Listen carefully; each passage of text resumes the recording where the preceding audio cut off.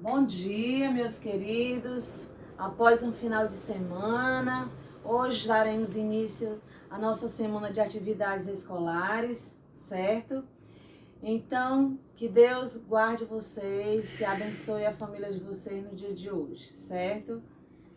Então, hoje, como de costume, as nossas disciplinas a serem estudadas são disciplina de História e disciplina de Português.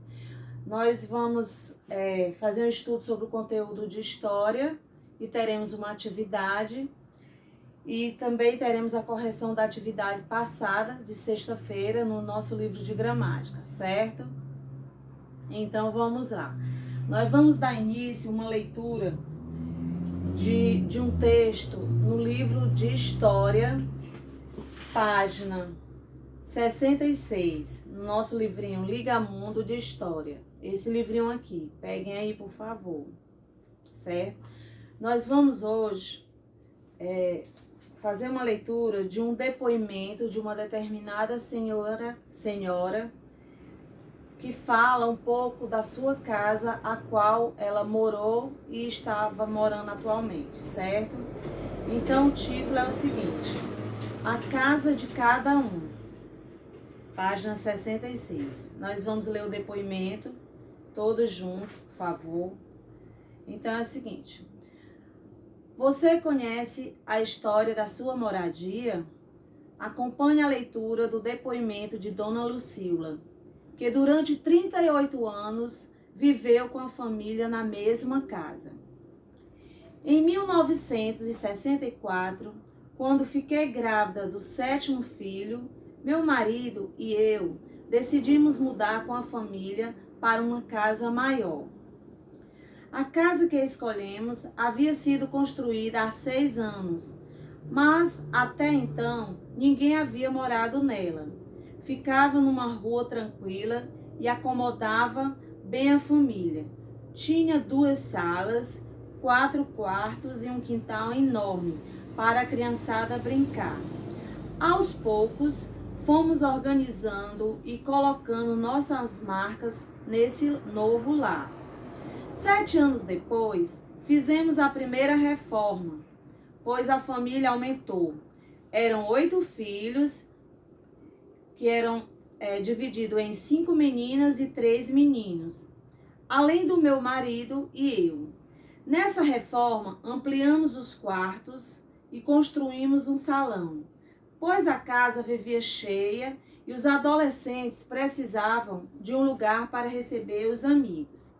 Conforme os anos iam passando, a casa foi sendo modificada. Os filhos foram crescendo, alguns voltaram, chegaram os netos, os bisnetos, até que em 2002 a casa foi vendida.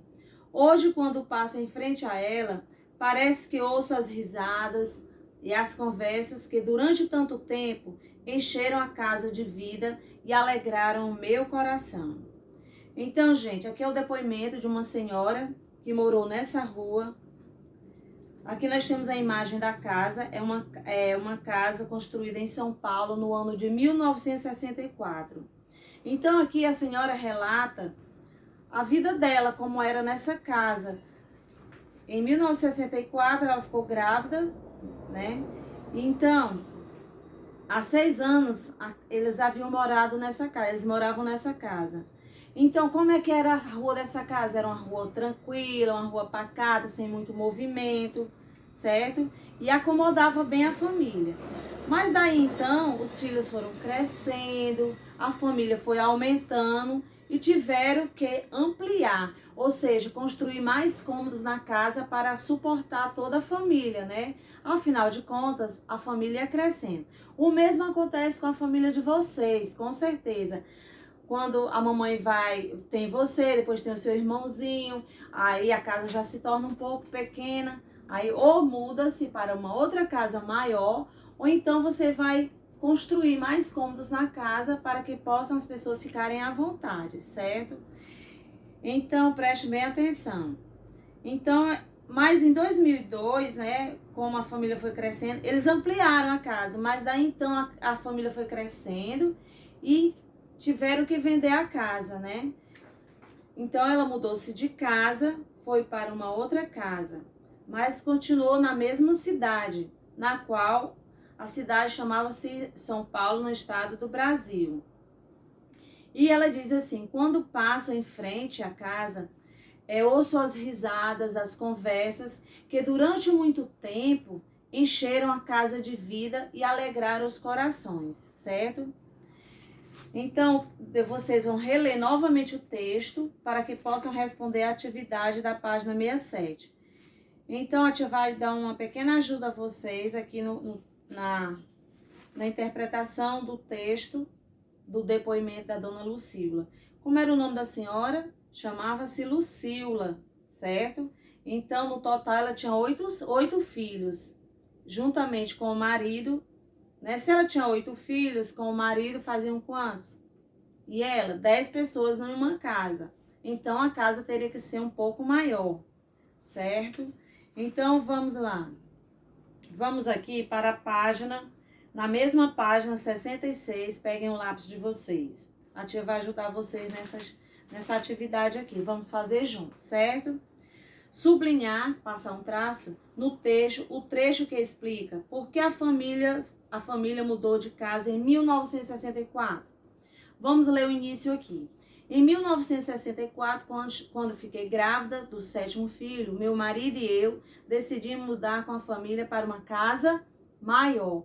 Então, o motivo foi esse. Eles precisavam de uma casa maior. Por quê? Porque a casa estava pequena para comportar toda a família. Então, você vai passar uma linha no livro, um tracinho, desde a palavra em até a palavra maior. Ou seja, a frase todinha. Em 1964, quando fiquei grávida do 7º filho, meu marido e eu decidimos mudar com a família para uma casa maior, certo? Então, você vai sublinhar do início, em 1964, até a palavra casa maior, certo? A frase casa maior, você vai sublinhar do começo ao fim, certo? Vamos voltando para a página 67. Que tipos de marcas uma família deixa na casa em que vive? Hein? O que vocês acham que poderia ser esse tipo de marca? Então, gente, nós podemos citar o seguinte. Nós podemos dizer que as marcas que poderiam haver na casa, tanto na dela como na de vocês, se isso chegar a acontecer de você ter que mudar, se de repente você volta à rua daquela casa, né, passa em frente à casa e vem à sua mente as recordações do que aconteceu durante o período que você morou naquela casa.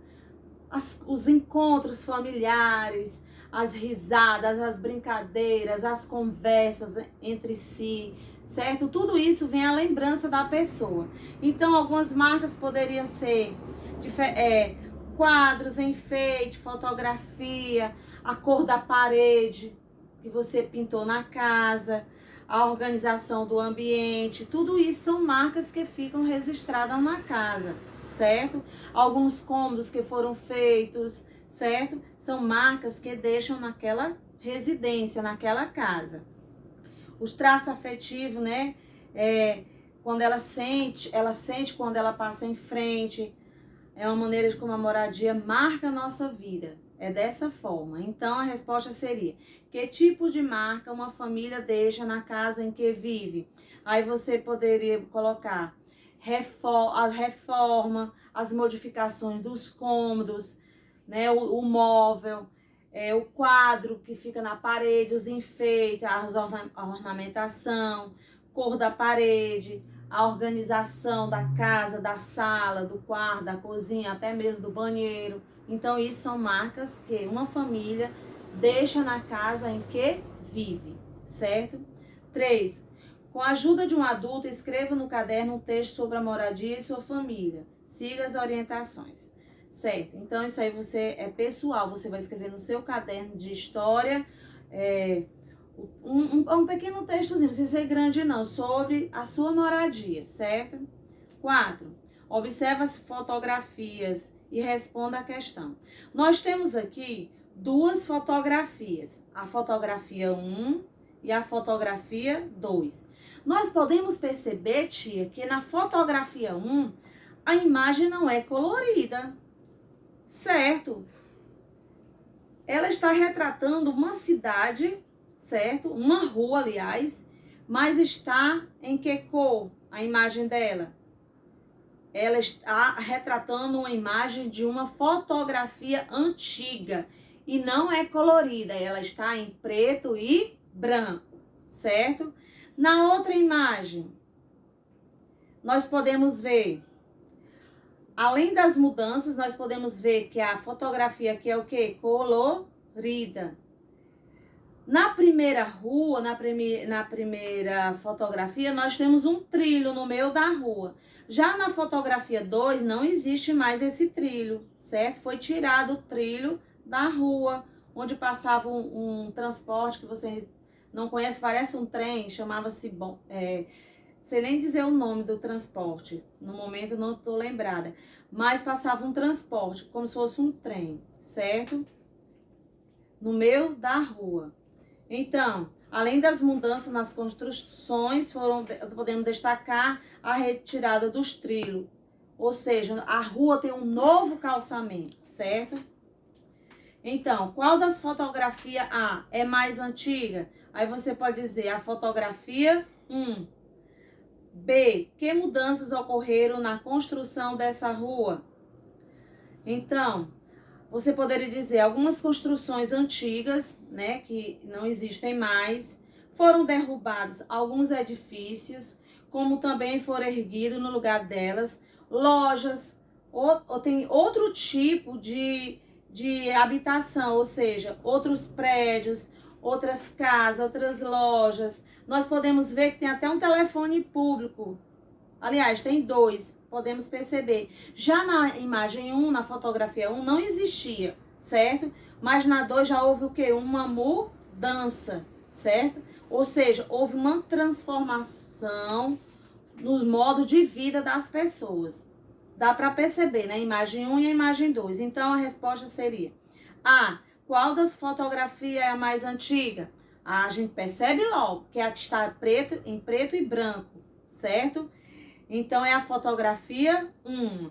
E não esquecendo que essa rua é no Rio Grande do Sul, na década de 1890, certo? Já a fotografia 2, na mesma rua em 2016, certo? É chamada Rua das Andradas. Então, uma é em 1890 e a outra no ano de 2016. Houve uma diferença, uma mudança muito grande, né? Há muitas coisas diferentes entre uma fotografia e outra. B. Que mudanças ocorreram nas construções dessa rua? As construções, né, que foram derrubadas e os edifícios foram erguidos, ou seja, no lugar delas, das construções. Então, houve uma mudança muito grande de uma rua para outra, certo? C. Por que isso aconteceu? Então, isso aí você vai dialogar entre si mesmo, né? Por que isso aconteceu? Aí você poderia dizer assim, por causa da população, da localidade, alterações dos meios de transporte, tudo isso aconteceu, essa mudança devido a isso, né? Você poderia dizer. Mas como você tem sua opinião própria, você vai responder sozinho essa questão, certo? Então, gente, isso foi a nossa atividade de história de hoje. Agora, nós vamos... Quem não conseguiu fazer, vai fazer depois, fechar o livrinho de história. E vamos pegar o nosso livro de gramática. Antes de nós começarmos o livro de gramática, de corrigirmos o livro de gramática, a tia gostaria de repassar para vocês que vocês vão ter uma atividade avaliativa do livro de história. A tia vai mandar pelo WhatsApp. Você só vai fazer essa atividade e apresentar na próxima aula de segunda-feira, certo? Na próxima aula. Então, nós vamos agora para o nosso livro de gramática. Vamos abrir o nosso livro de gramática na página 114, certo? Pinte os quadrinhos de acordo com as cores indicadas pelo código.